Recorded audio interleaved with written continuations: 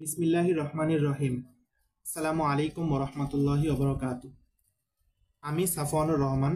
এবছর medical college ভর্তি পরীক্ষায় জাতীয় মেধায় আলহামদুলিল্লাহ 168তম স্থান অর্জন করে ঢাকা মেডিকেল কলেজের চান্স পেয়েছি। তো আমরা সবাই জানি যে রেটিনা কর্তৃক আয়োজিত রেটিনা স্টার কম্পিটিশন তার বরিশাল জোনের যে প্রথম ধাপের পরীক্ষা তা আগামী 16 ও 17 মে অনুষ্ঠিত হবে। তো আমাদের সময় যখন এই প্রতিযোগিতা হয়েছিল তখন আমি সেটাতে স্বতঃস্ফূর্তভাবে অংশগ্রহণ করি এবং আলহামদুলিল্লাহ সেন্ট্রালি 63তম এবং বরিশাল জোনে প্রথম স্থান অর্জন করি। তো এই পরীক্ষাটা আসলে আমাদের জন্য অনেক বেশি গুরুত্বপূর্ণ, কারণ পরীক্ষার হলে নিজেকে কিভাবে অ্যাপ্রোচ করতে হয়, এছাড়া সহজ এমসিকিউতে কতটা টাইম দিতে হয় বা কঠিন এমসিকিউগুলো কতটা টাইম দিতে হয় সেটার একটা ধারণা পাওয়া যায়।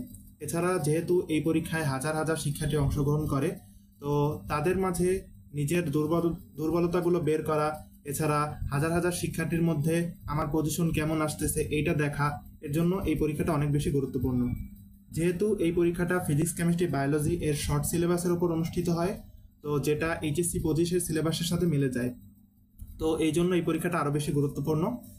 এছাড়া রেটিনা স্টার কম্পিটিশনে আমরা একটা ধারণা পাবো যে পরবর্তীতে মেডিকেল অ্যাডমিশনের সময় এক্সামে প্রশ্ন কেমন হতে পারে।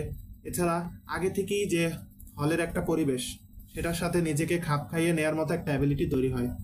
তো আমি আশা করব যারা রেজিস্ট্রেশন করেছো তারা অবশ্যই অনেক ভালো মতো প্রিপারেশন নেবে পরীক্ষাটার জন্য, এবং যারা রেজিস্ট্রেশন করনি তারা অবশ্যই অতি দ্রুত এই পরীক্ষার জন্য রেজিস্ট্রেশন করে নেবে।